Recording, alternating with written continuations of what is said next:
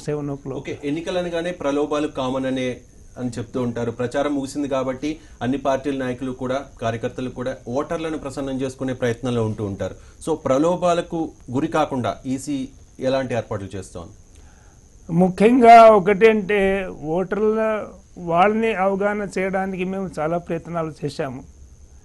ప్రతి ఒక్కరూ స్వచ్ఛందంగా ఓటు వేయాలి, ప్రలోభాలకి గురి కాకుండా, డబ్బులకి గురి కాకుండా, మద్యానికి గురి కాకుండా వాళ్ళకి నచ్చిన వ్యక్తికి ఓటు వేయాలి. అది ఎప్పటి నుంచి మేము చెప్తే ఉంటున్నాము.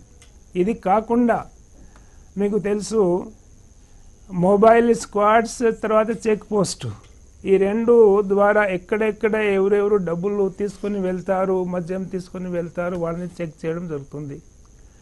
ఇది వారంగల్ ఎలక్షన్లో ఆల్మోస్ట్ నామ్స్ కంటే double mobile squads check post పెట్టడం జరిగింది.